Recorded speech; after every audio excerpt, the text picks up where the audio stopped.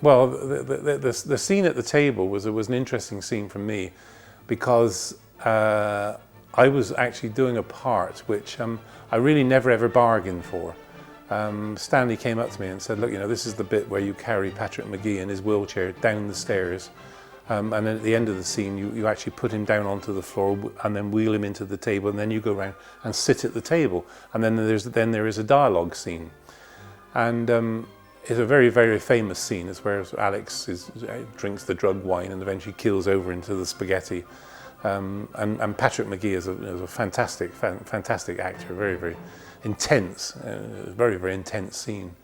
And so I said to Stanley, I said, you know, you can't be serious about this, are you? I mean, you want me to carry Patrick Magee, who must weigh 170 odd pounds, plus the wheelchair, which is probably another 30 pounds. I said, you're asking me to carry 200 pounds, or like 100 kilos, down the stairs. I had to put him onto the floor, wheel him into the table, and then go and hold a dialogue scene, you see. And he said, yeah, you can do it, you see. And I said, yeah, I know, but your name is not One Take Kubrick, is it, you see?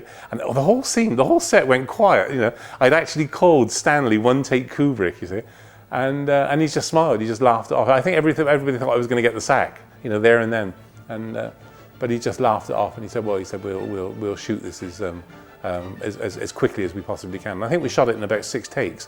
But the funny thing was they decided at the beginning of the scene to give us neck mics, and of course, you know, carrying somebody down the stairs is a very strenuous job, you know. And it was like 3 flights of stairs, and then putting him down on the floor, wheeling them into the table, going back and sitting down, and then of course I have to sit down and look as though it was nothing. It look as though what I've just done is just, you know, a matter of course, you see. But by the time you get to by the time you've finished all that, you know, you're beginning to puff and blow, you see. So I did it the first time, and got to the seat, sat down at the table, and I'm a little bit out of breath, you know, and I'm there sort of trying not to show it, and so I'm there.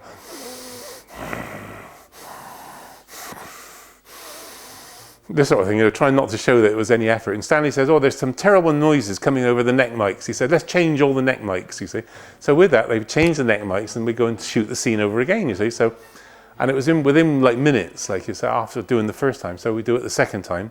And so, of course, the second time, by the time I've done it the second time, I'm now beginning to get a bit more blowing, you see. So I'm there going,